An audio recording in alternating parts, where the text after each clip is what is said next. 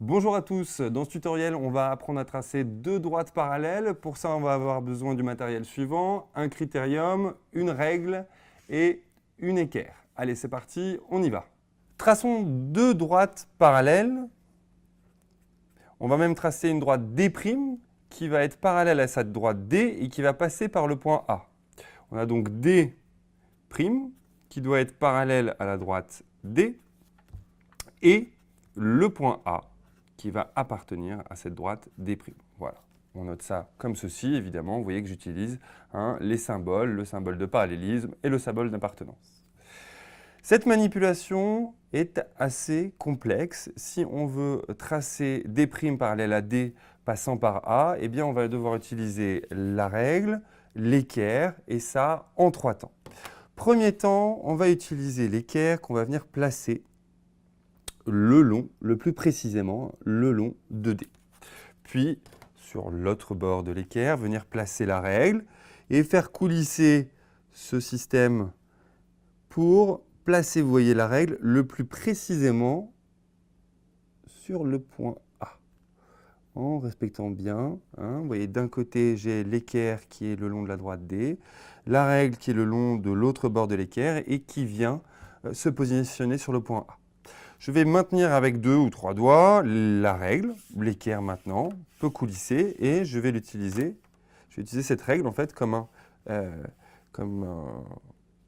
un rail pour faire pivoter mon équerre que je viens positionner sur le point A.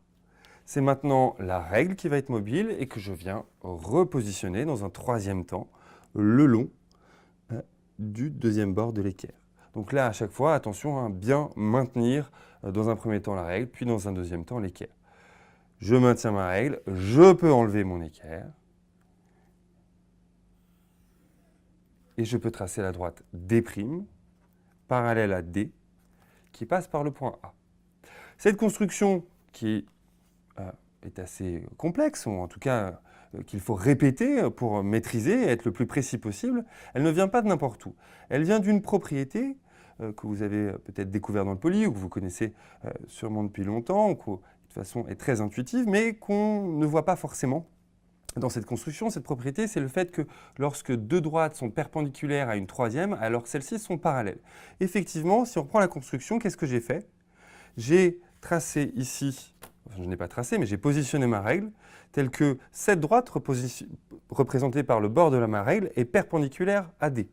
Puis, en venant positionner mon équerre comme ceci, puis ma règle dans un temps comme ceci, j'ai tracé la perpendiculaire à cette droite imaginaire qui était représentée par le bord de la règle. J'ai donc utilisé la propriété suivante. Si deux droites sont perpendiculaires à une troisième, elles sont parallèles. Vous verrez que dans les prochains tutoriels, à chaque fois qu'on fera une construction qui utilise une méthode particulière, eh bien on essaiera de comprendre quelle est la règle qui se cache derrière.